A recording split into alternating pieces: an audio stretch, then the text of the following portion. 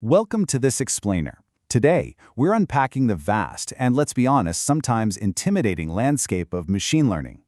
We'll be using a clear, structured roadmap derived directly from the comprehensive guides at Geeks for Geeks. So if you've ever wondered how modern artificial intelligence actually works under the hood, well, you are in exactly the right place. We're going to break down these complex algorithms into visual, easy-to-digest concepts. Let's get right into it. Let's start with the core paradigm shift of machine learning. You see, traditionally, humans had to manually program every single rule a computer needed to follow. It was tedious, but machine learning, it completely flips that script. Instead of painstakingly programming all those rules, we just feed the computers data. We allow the algorithms to discover the rules entirely on their own. In simple terms, we're basically teaching systems to think and understand like humans just by learning from the experiences hidden right there within the data. Okay, here is our roadmap for today. First, we'll look at the big three branches of machine learning. Second, we'll spotlight the actual algorithms. Third, we'll walk through the machine learning pipeline. And finally, we'll check out real-world deployment.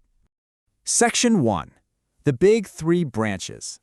Let's look at the core types of machine learning.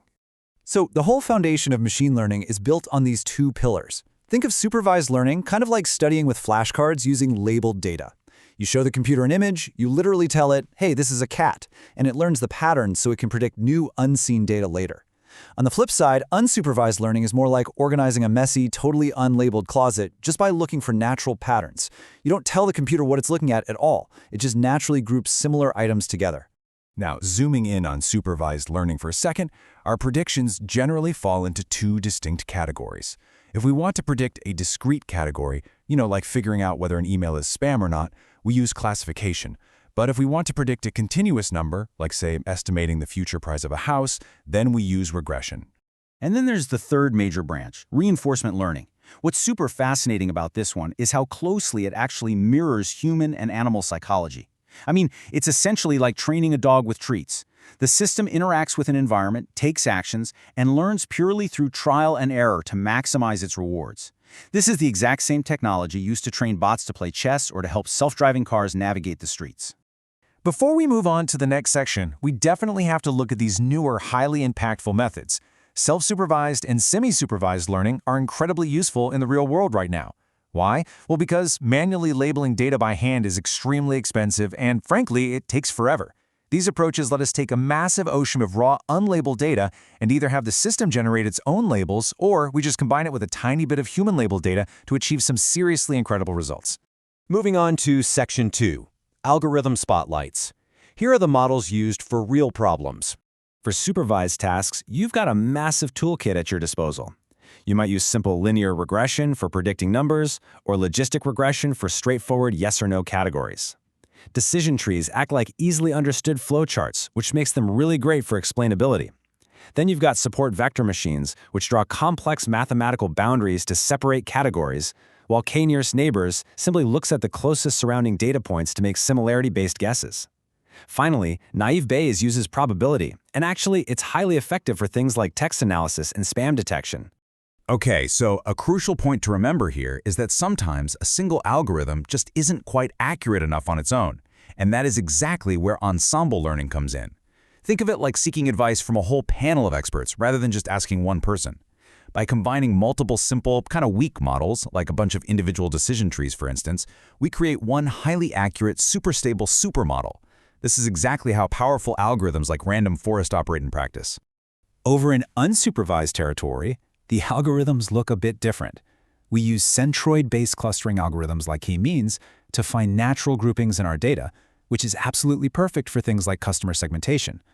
We also use dimensionality reduction, like PCA, to simplify highly complex datasets down to their most important features, without losing the core information.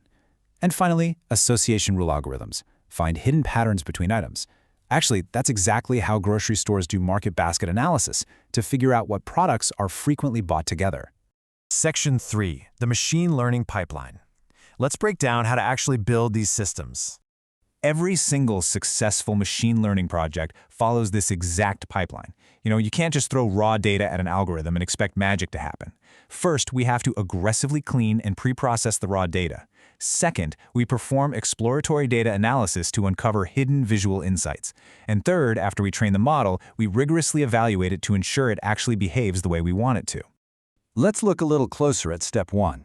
An AI model is quite literally only as good as the data you feed it. If you feed it garbage, well, you're going to get garbage predictions out.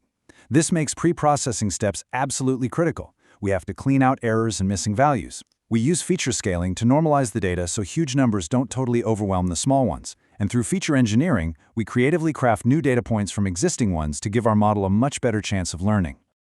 Next up, we move to exploratory data analysis, or EDA for short.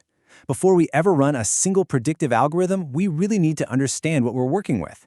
EDA allows us to visually inspect our data sets, plot out graphs, spot extreme outliers, and map out things like time series data. It's essentially the detective work required to intimately know your dataset's quirks and secrets. Once the model is finally trained, we have to keep the algorithms honest.